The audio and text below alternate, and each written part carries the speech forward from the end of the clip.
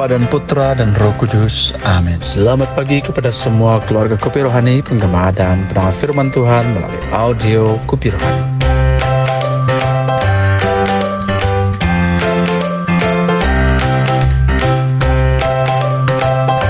Bersama kita hari selaku pembaca firman dan pemberenungan adalah Cikgu Robson Douglas. Selamat mendengarkan.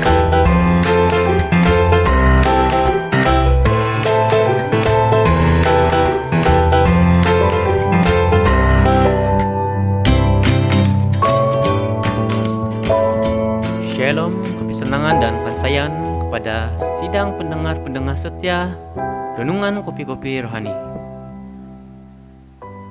Bacaan untuk renungan kita pada hari ini, Rabu 6 Julai 2022, diambil dari Injil Matius bab 10 ayat 1 hingga 7. Mari kita sama-sama membuka hati dan pikiran kita untuk mendengar firman Tuhan. Pada suatu hari, Yesus memanggil ke-12 muridnya dan memberi mereka kuasa untuk mengusir roh-roh jahat dan melenyapkan segala penyakit serta segala kelemahan. Inilah nama ke-12 rasul itu. Pertama, Simon yang disebut Petrus dan Andreas, saudaranya, Yakobus anak Zebedeus dan Yohanes, saudaranya, Filipus dan Bartolomeus, Thomas dan Matius, pemungut cukai, Yakobus anak Alfius dan Tadius, Simon orang Zelot, dan Yudas Iskariot yang mengkhianati Yesus.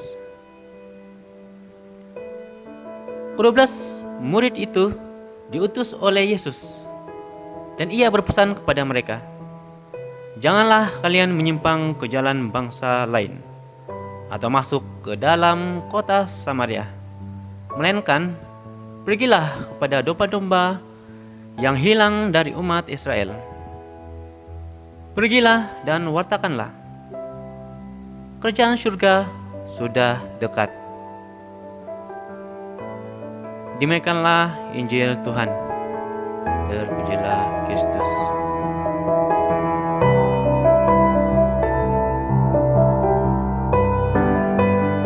Shalom Aleichem Beshem Hamasya pada sidang pendengar renungan Kopi-Kopi Rohani. Hari ini adalah Rabu 6 Julai 2022 yang juga bersamaan dengan peringatan fakultatif Santa Maria Goretti. Adapun tema renungan harian kita pada hari ini adalah penginjilan dimulai dari orang terdekat kita. Saudara-saudari yang terkasih dalam nama Tuhan Yesus, pada bacaan Injil kali ini, Tuhan Yesus berbicara kepada kita mengenai penginjilan, di mana Yesus pada bacaan hari ini memerintahkan kepada kita untuk melakukan penginjilan ataupun pewartaan tentang kerajaan surga yang sudah dekat. Penginjilan adalah tugas wajib bagi setiap pengikut Kristus, di mana ia bermula dari pengalaman pertobatan kita yang disebut dengan metanoia, yaitu perubahan total diri hasil dari sahutan akan ajakan Tuhan untuk menerimanya dalam hidup kita. Seperti halnya juga para rasul yang mengalami pertobatan setelah menyahut panggilan Tuhan. Pengalaman pertobatan secara pribadi inilah yang membawa kepada putusan mereka sebagai pewarta ataupun penginjil kerajaan Allah. Di dalam putusan pertama mereka, Yesus terlebih dahulu membekali mereka dengan kuasa ke atas sakit penyakit dan kelemahan, dan mengutus mereka untuk menginjil pertama-tama kepada sesama bangsa mereka. yaitu bangsa Israel. Ya, kalau kita baca Injil pada hari ini, Yesus belum mengizinkan mereka untuk menginjil di luar Israel. Jadi ini merupakan stage pertama daripada penginjilan di zaman Yesus, di mana Yesus itu merintahkan penginjilan pertama-tama ditujukan kepada bangsa Israel, selaku bangsa yang oleh Tuhan melakukan perjanjian yang pertama. Seperti yang kita ketahui, stage kedua daripada penginjilan itu adalah setelah Pentakosta, ketika murid-murid telah menerima pengurapan Roh Kudus, sehingga mereka diberikan kekuatan spiritual dan keberanian luar biasa, sehingga mereka mula bergerak menginjil ke luar Israel, sehingga ke Eropa, ke Afrika Utara, dan bahkan sejauh India. Saudara-saudari, apa yang diajarkan oleh Yesus ini sangat penting untuk kita cermati. Ini karena bacaan hari ini mengajarkan kepada kita supaya selalu peka dengan orang di sekeliling kita, yaitu orang-orang yang paling dekat dengan kita. Karena mereka lah orang yang pertama-tama harus kita injili. Artinya, penginjilan bukanlah aktiviti yang bermusim, tetapi dilaksanakan setiap hari, yaitu pertama-tama kepada orang-orang yang terdekat dengan kita. Ajaran gereja dalam Katekismus Gereja Katolik 783 ada menyebutkan mengenai 3 misi dan jabatan kita sebagai Katolik. Salah satunya adalah kenabian, yaitu tugas untuk mewartakan kebenaran Injil kepada umat manusia. Dalam Katekismus Gereja Katolik 785 dikatakan bahwa umat Allah yang kudus mengambil bagian juga dalam tugas kenabian Kristus. Jadi setiap kita itu yang sudah dibaptis dan menjadi Katolik mengambil bagian dalam tugas kenabian Kristus. Artinya kita diutus juga seperti nabi, yaitu untuk memberitakan firman dan kebenaran Injil. Sebagai orang-orang Katolik yang telah dibaptis, setiap minggu kita ke gereja untuk berkumpul.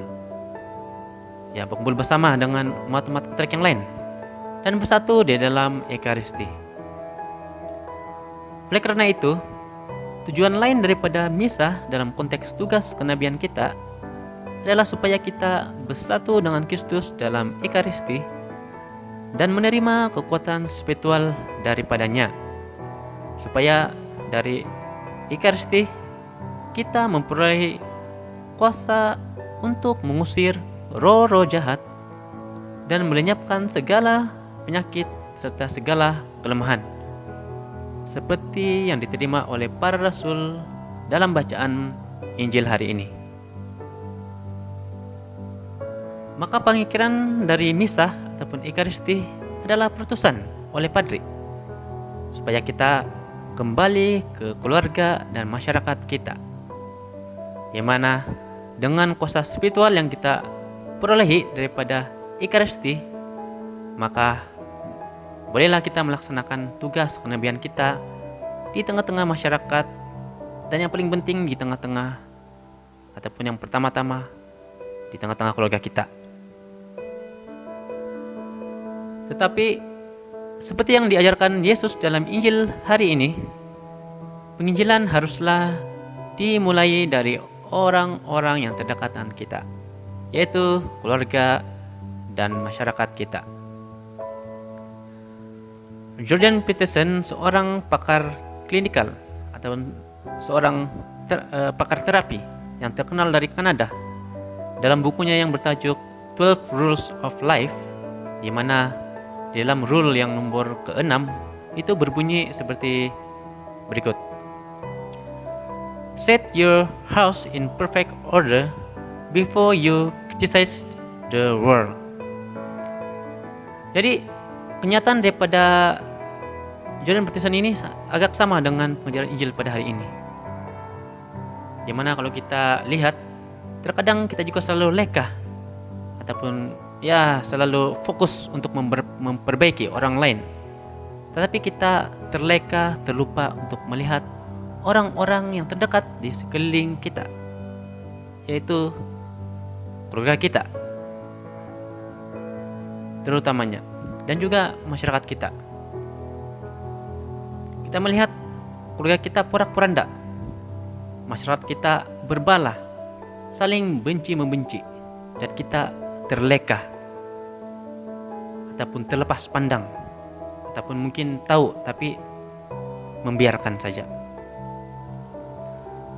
Dan inilah yang ingin diajarkan oleh Yesus pada hari ini, supaya kita lihat dulu orang yang di sekitar kita, yang dekat dengan kita. Barulah kita boleh fokus kepada orang-orang yang lain.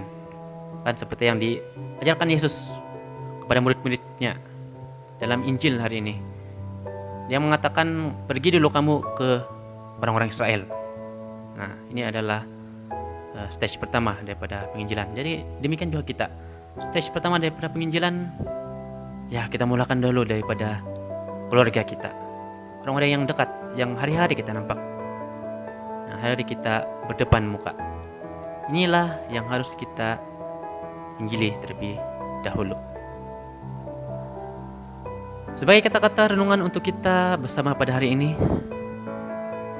apakah kita sudah melakukan tugas penginjilan kita kepada orang-orang terdekat kita? Nah, ini saya serahkan kepada kita untuk merenungkan. Tuhan Yesus memberkati. Amin.